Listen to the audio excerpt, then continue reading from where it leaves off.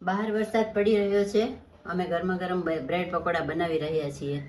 તેની માટેની જરૂરી સામગ્રી: બાફેલા બટેટાનો માવો, 1 ટેબલસ્પૂન તેલ, આદુ મરચાં લસણની પેસ્ટ, લીમડો, પકોડાનો મસાલો,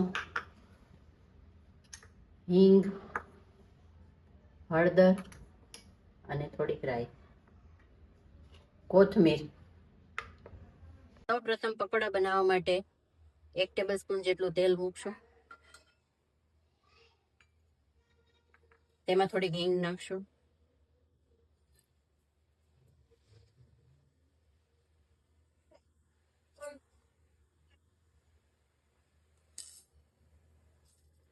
તેલ ગરમ થઈ જાય એટલે તેમાં આદુ લસણ મરચાંની પેસ્ટ નાખશું.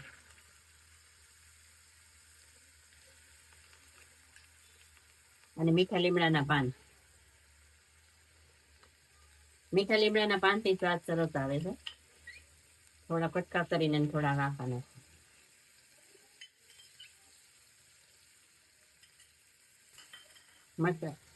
મસાલાને સરખો હલાવી નાખશું પહેલા.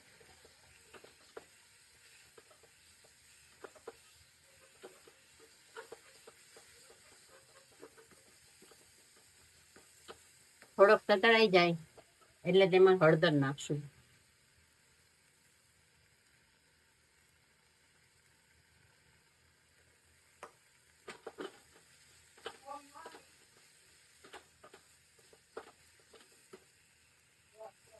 આજે આપણે વઘાર કર્યો એ બટેટાના માવામાં એડ કરી દેશું.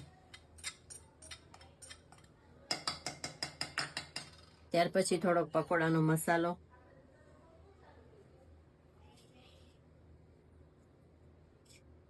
સ્વાદ અનુસાર, લીંબુ,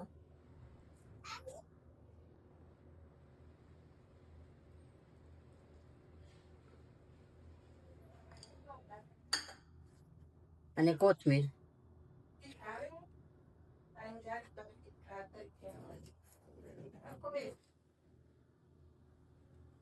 મીઠું.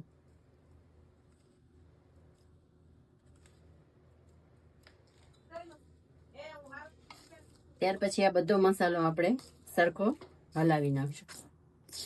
પકોડા તળવા માટેનું બેટર બનાવવા માટે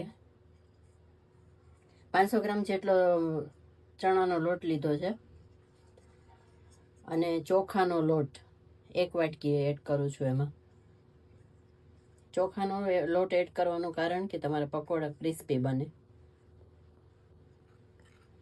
અને ઓઇલ એ બહુ ન રહે એમાં.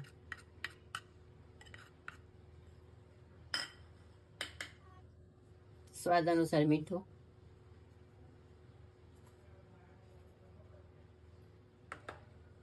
થોડીક હળદર,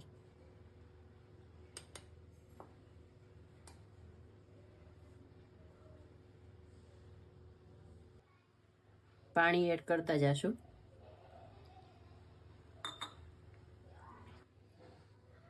પકોડા તળવા માટેનું બેટર તૈયાર છે. આ રીતની કન્સિસ્ટન્સી રાખવાની છે. આપણે જે મસાલો તૈયાર કર્યો હતો પકોડા બનાવવા માટેનો તે હું આ બ્રેડમાં ભરું છું.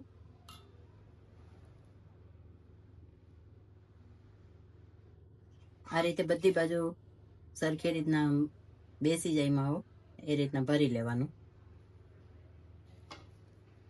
પકોડા બધા ટ્રાયંગલ શેપમાં કરતા હોય છે પણ અમે છે ને એને 4 પીસ કરીને કરીએ છીએ. તેથી તળવામાં અને ખાવામાં પણ ઈઝી રહે.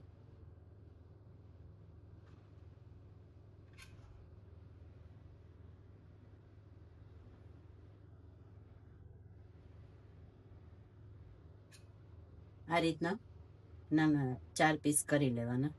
તો હવે પકોડા તળવા માટેનું તેલ ગરમ થઈ ગયું છે.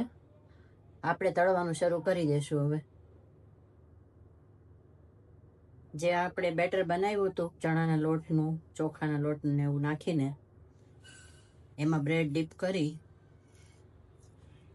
અને આપણે ફ્રાય કરીશું.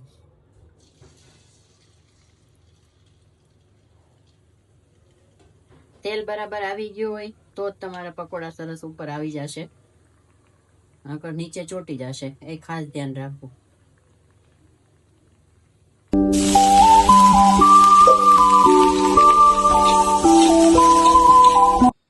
ચાલો, આપણા crispy tasty pakoda, bread pakoda તૈયાર થઈ ગયા છે. આંબલીની ચટણી સાથે સર્વ કર્યા છે.